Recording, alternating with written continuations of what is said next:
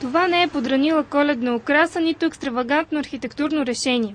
На тази картина се натъква всеки посетител на София, а живущите в централната част на града отдавна са свикнали с джунглата от висящи кабели на знаени и незнайни оператори на кабелна телевизия и интернет доставчици. Макар че съществуват текстове в Закона за далеко съобщенията и в Закона за електронните съобщения, които забраняват така наречените въздушни кабелни мрежи и регламентират тяхното изграждане в подземни канални системи, изискванията все още не се спазват.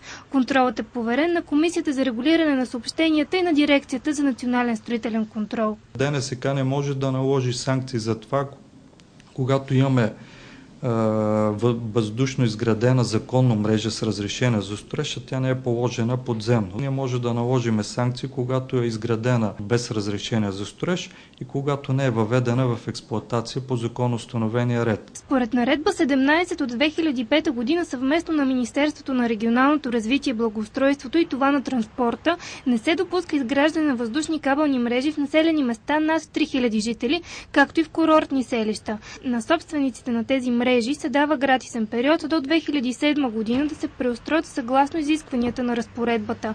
Вариантите за операторите е или да изградят собствени канални системи, или да ползват вече съществуващи под наем. Инвестицията в оптична инфраструктура, разбира се, оскъпява в повече, отколкото ако се изгражда в медни кабели. Но аз пак повтарям, това е една дългосрочна инвестиция, която със сигурност се възвръща. Санкциите за доставчиците на интернет услуги или кабелна телевизия са в размер на от 5 до 50 хиляди лева. С 2009 година Дирекцията за национален строителен контрол е наложила глоби на обща стойност 100 хиляди лева и са издадени 18 заповеди за премахване на незаконни кабелни мрежи.